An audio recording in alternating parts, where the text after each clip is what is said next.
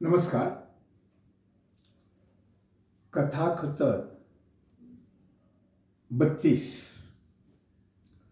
कथेचं नाव आहे, गोष्टीचं नाव आहे, तुलना करू नका. तुलना करू नका.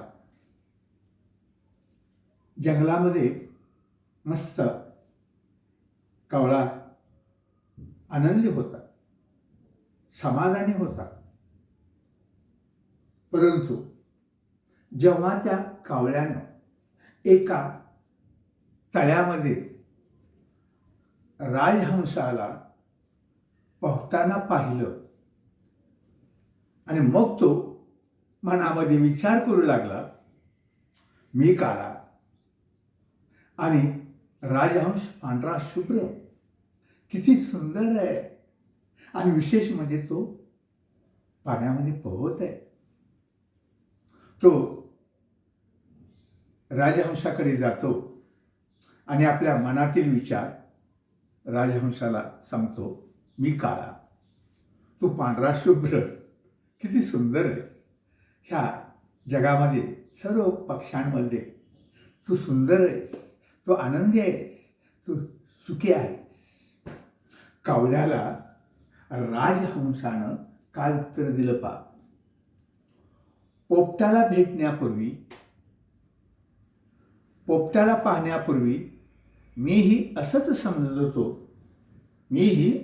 समजत होतो की सर्व पक्ष्यांमध्ये मी सुंदर आहे, मी आनंदी आहे, मी सुखी आहे, असं मला वाटायचं कधी पोपटाला भेटण्यापूर्वी.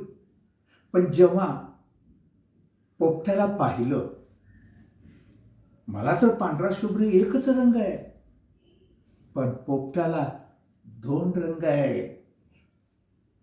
शरीराचा पोपटी रंग आहे आणि चोचीचा लाल रंग आहे. 2 रंग आहे. आणि म्हणून माझ्यापेक्षा पोपट अतिशय सुंदर आहे आणि सर्व पक्ष्यांमध्ये पोपट हा सुखी आनंदी आहे. परत कावळा पोपटाकडे जातो आणि पोपटाला म्हणतो, मी काळा, तुला 2 रंग आहे. शरीराचा पोपटी रंग आहे आणि चोचीचा लाल आहे. तू सर्व पक्ष्यांमध्ये सुंदर आहेस, आनंदी आहेस, सुखी आहेस. पोपट त्या कावळ्याला सांगतो, मलाही असंच वाटत होतं, सर्व पक्ष्यांमध्ये मीच सुंदर आहे, सुखी आहे, सर्वात जास्त मीच सुखी आहे, आनंदी आहे, असं मला वाटत होतं. पण मोराला पाहण्यापूर्वी, मोराला पाहिल्यानंतर लक्षात आलं, मला तर फक्त 2च रंग आहे, एक पोपटी रंग आणि चोचीचा लाल रंग. पण मोराला पाहिल्यानंतर माझ्या लक्षात आलं, संपूर्ण ह्या जगामध्ये सर्व पक्ष्यांमध्ये आनंदी सुंदर कोण आहे, सर्वात जास्त मोर हा पक्षी आहे. माझ्यापेक्षा तो सुंदर आहे. मला 2च रंग आहेत, त्याला अनेक रंग आहेत, रंगीबेरंगी आहे. आणि संपूर्ण पक्ष्यांमध्ये तो सुखी आहे, आनंदी आहे आणि अतिशय सुंदर आहे. संपूर्ण जगामध्ये तोच पक्षी सुंदर आहे. नंतर कावळ्याने काय केलं पहा, मोराला भेटायचं ठरवलं. मोर प्राणी संग्रहालयात होता. दिवसभर प्राणी संग्रहालयात अनेक लोक प्राणी पाहण्यासाठी, पक्षी पाहण्यासाठी येत असत. सायंकाळच्या वेळेला प्राणी संग्रहालय बंद झालं आणि बंद झाल्यानंतर कावळा प्राणी संग्रहालयात गेला आणि त्या मोराला सांगू लागला, संपूर्ण जगामध्ये तू सुंदर आहेस, रंगीबेरंगी तुला रंग आहेत, वेगवेगळे रंग आहेत. संपूर्ण पक्ष्यांमध्ये तू अतिशय सुंदर आहेस आणि तूच सर्वात जास्त सुखी आहेस, आनंदी आहेस. मोर म्हणतो, बरोबर आहे तुझं, मी सर्व पक्षांमध्ये अतिशय सुंदर आहे. मला सौंदर्य माझ्याकडे भरपूर आहे. सुंदरतेनंच ह्या मला दगा दिलेला आहे. ह्या सुंदरतेमुळं, माझ्या ह्या सौंदर्यामुळं माझा विश्वासघात झालेला आहे. आणि ह्या सौंदर्यामुळंच मी पिंजऱ्यात बंदिस्त आहे, प्राणी संग्रहालयात बंदिस्त आहे. तो मोर कावळ्याला सांगत असतो आणि पुढे मोर त्या कावळ्याला म्हणतो, मी ह्या प्राणी संग्रहालयात निरीक्षण केलेलं आहे. इथे कावळ्याला कोणीच अडवून ठेवलेलं नाही, बंदिस्त केलेलं नाही.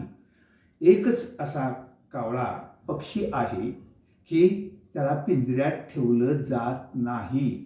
माझ्या ह्या सौंदर्यानंच माझा विश्वासघात केला आणि मी बंधनात आहे, मी बंदिस्त आहे, असा मोर सांगतो. आणि माझ्या मते कावळ्याला कुठेच पिंजऱ्यात किंवा असं बंदिस्त ठेवत नाही.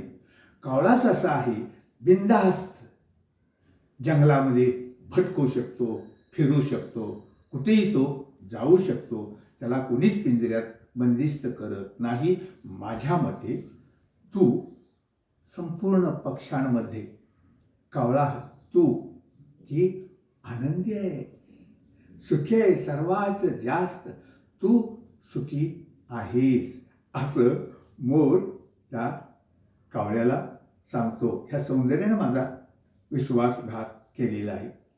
मित्रांनो, या कथेतून कोणता बोध घ्यायचा आहे? माणसंही असंच करतात.